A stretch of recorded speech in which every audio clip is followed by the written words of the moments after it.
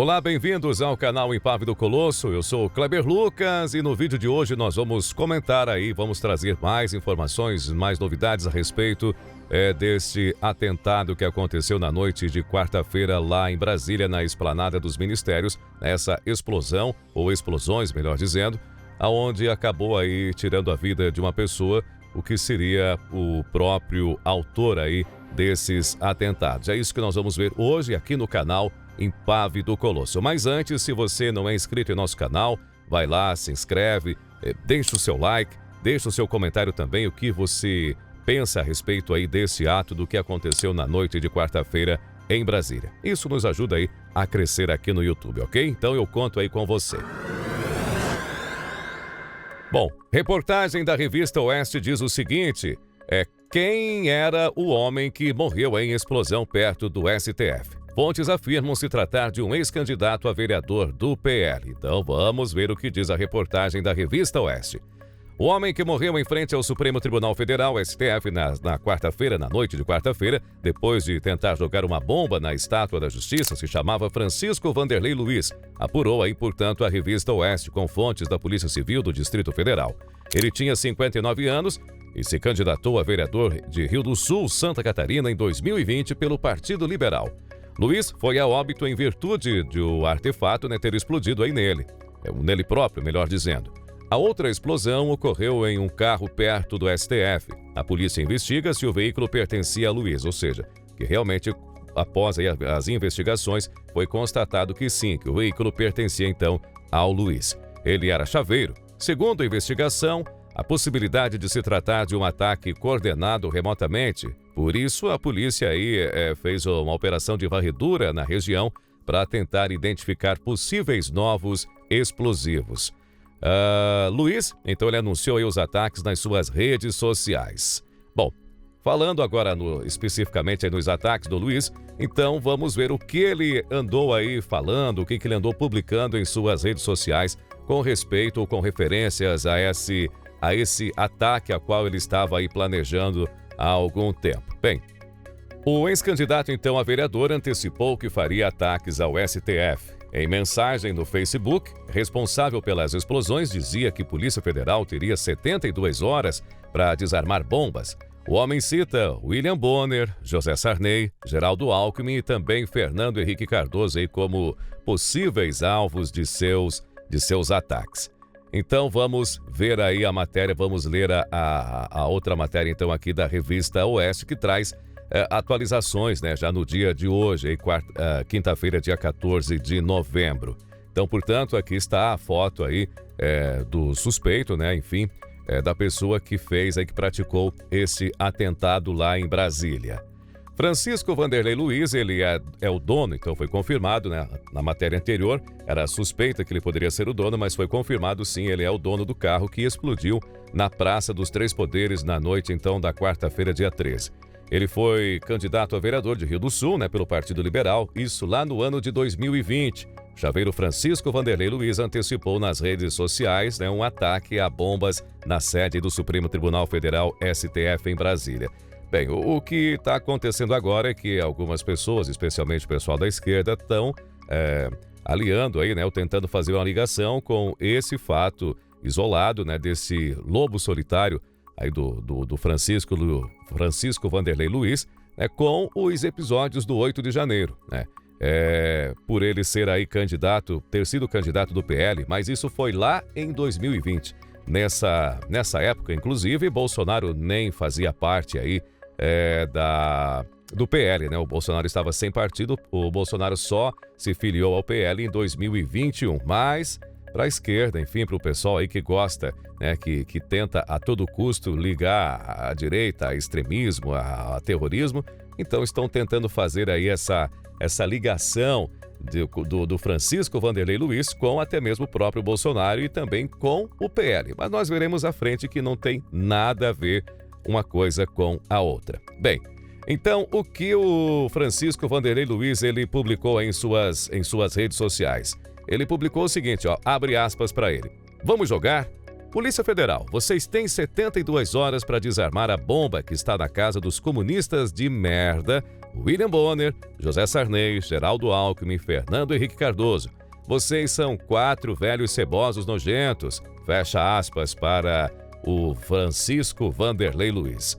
Bem, aqui então tem um print, né? Um print de uma de suas ameaças, que é isso que eu acabei falando aí acima, aonde ele fala, então coloca esses emojis aqui de bomba, enfim, e esses comentários a qual eu acabei de narrar aí acima, né? Ele fala aí do William Bonner, do José Sarney, do Geraldo Alckmin e também do Fernando Henrique Cardoso. Ainda ele prossegue dizendo, cuidado ao abrir gavetas, armários, estantes, depósito de materiais, etc. Início, 17 horas e 48 minutos do dia 13 de 11 de 2024. O jogo acaba dia 16 de 11 de 2024. Boa sorte.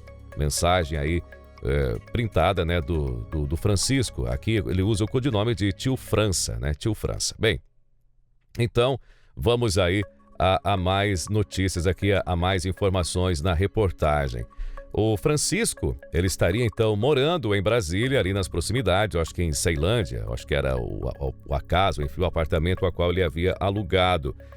E já havia aí visitado o STF. Ele fez uma advertência na mensagem, que eu acabei de ler acima, repete aqui abaixo. Cuidado ao abrir gavetas, armário, estantes, depósito de materiais. Início às 17 horas e 48 minutos do dia 13 do 11. O jogo acaba então, portanto, dia 16 do 11 de 2024 e boa sorte. Foi o que ele acabou escrevendo.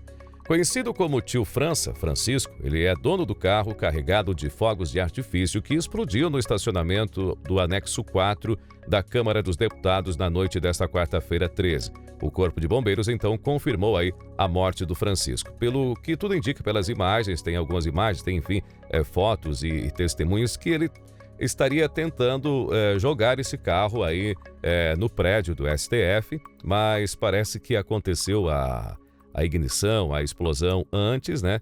E ele acabou saindo do carro com mais alguns artefatos ali explosivos e jogou, enfim, acabou que ele se explodindo literalmente, né?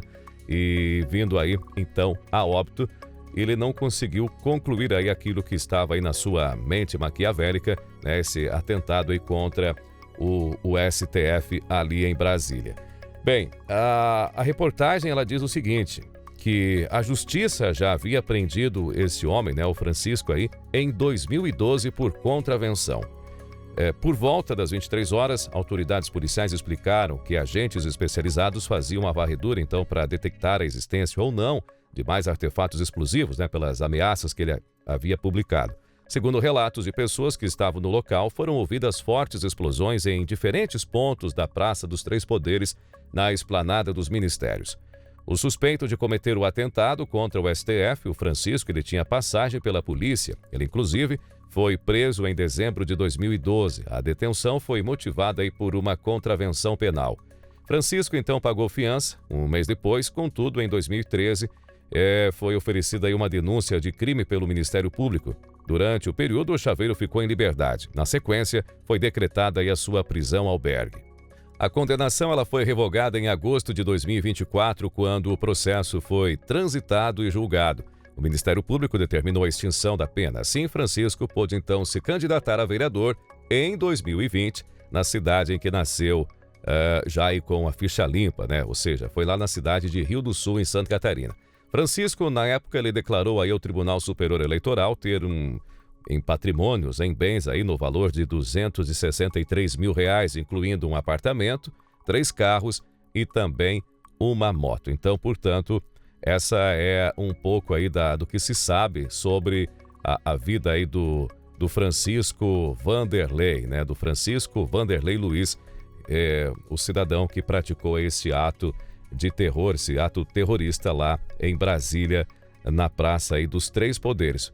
Mas como eu falei, né, pelo que tudo indica, ele não tem nenhuma ligação com a direita ou, enfim, com qualquer deputado, qualquer que seja, apesar dele ter visitado aí o deputado Jorge Guetem, né, de Santa Catarina, O deputado até comentou que percebeu que ele estava aí com um transtorno, que não estava bem, e ele acabou então cometendo esse ato. Mas tem postagens dele também nas redes sociais em que ele se diz aí contra Bolsonaro, contra Lula, que Lula e Bolsonaro deveriam se afastar da vida pública e deixar aí a polarização e sair fora, enfim, ele era meio que um revolucionário, aí adepto ao militarismo, né?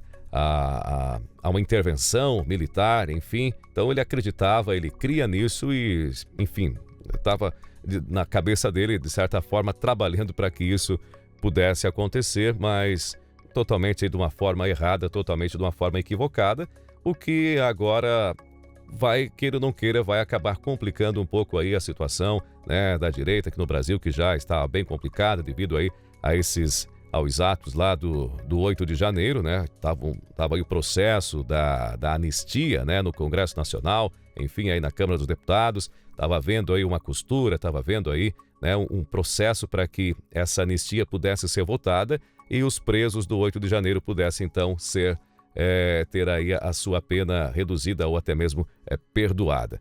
E agora com esse fato, com essa situação, a esquerda, né? Enfim, o judiciário vai tentar ligar, mesmo que não, como eu falei, não tenha nada a ver uma coisa com a outra, mas eles vão tentar aí, de alguma forma, atrapalhar, enfim, fazer essa ligação entre esse ato horrível, terrível, hediondo, com os presos políticos aí do 8 de janeiro. A imprensa internacional, ela também repercutiu aí este fato, né? Esse fato que aconteceu aqui no Brasil. A imprensa internacional acabou aí repercutindo, trazendo aí à tona, né, essa situação como um todo. Jornais da Argentina, dos Estados Unidos, o Le Monde, o The Guardian e o La Nación, Clarín, entre outros, além aí do New York Times, que falou que um homem-bomba solitário, e também citou aí que muitos brasileiros da direita enxergam o Supremo Tribunal Federal como uma ameaça à democracia, argumentando que ele está perseguindo vozes conservadoras. Enfim, isso são, como eu falei, né, o que a esquerda vai tentar usar aí para poder prejudicar a direita aqui no Brasil como um todo. Bem, eu vou ficando por aqui, mais informações no decorrer do dia ou talvez amanhã em um novo vídeo aqui no canal Impávido Colosso. Obrigado aí pela sua companhia. Se você não é inscrito no nosso canal, vai lá, se inscreva, deixe o seu like, deixe o seu comentário e nos ajude a crescer aqui no YouTube. Esse é o canal Impávido Colosso.